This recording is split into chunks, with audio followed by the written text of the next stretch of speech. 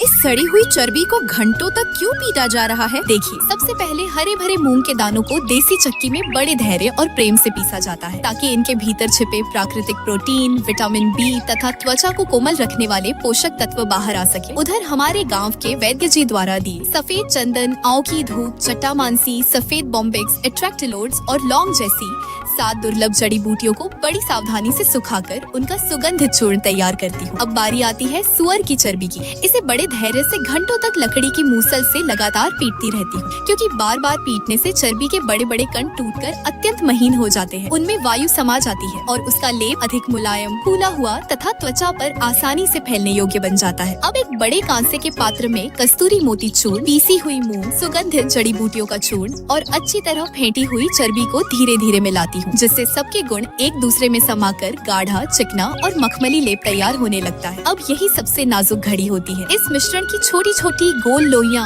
बड़े स्नेह से हथेलियों पर बनाती हूँ, क्योंकि यदि इनमें हल्की सी भी दरार रह जाए तो सूखते समय इनका आकार बिगड़ सकता है। अब इन गोलियों को रोजेल अर्थात गुड़हल के फूलों से निकाले गए प्राकृतिक रंग में धीरे धीरे डुबोती हूँ, जिससे इनके ऊपर प्राकृतिक सुरक्षात्मक परत बन जाती है, मन भावन लालिमा आती है और सूखने के बाद भी इनकी सुगंध लंबे समय तक बनी रहती है। इसके बाद इन्हें घर के एक शांत, शीतल और छायादार कोने में आधे चंद्रमास तक विश्राम के लिए रख देती हूँ, ताकि भीतर की अतिरिक्त नमी धीरे धीरे निकल जाए, जड़ी बूटियों का सार पूरी तरह परिपक्व हो जाए और प्रत्येक गोली स्वाभाविक रूप से कठोर होकर वर्षों तक सुरक्षित रह सके। पूरे 8 दिनों के बाद ये देखिए बनकर तैयार है हमारे पहाड़ों का वह प्राचीन सौंदर्य भंडार, जिसे हमारी दादी नानी पीढ़ियों से अपनी त्वचा की देखभाल के लिए सहेजती चली आई है। इसके नियमित प्रयोग से त्वचा को कोमलता, स्निग्धता और प्राकृतिक आभा मिलती है।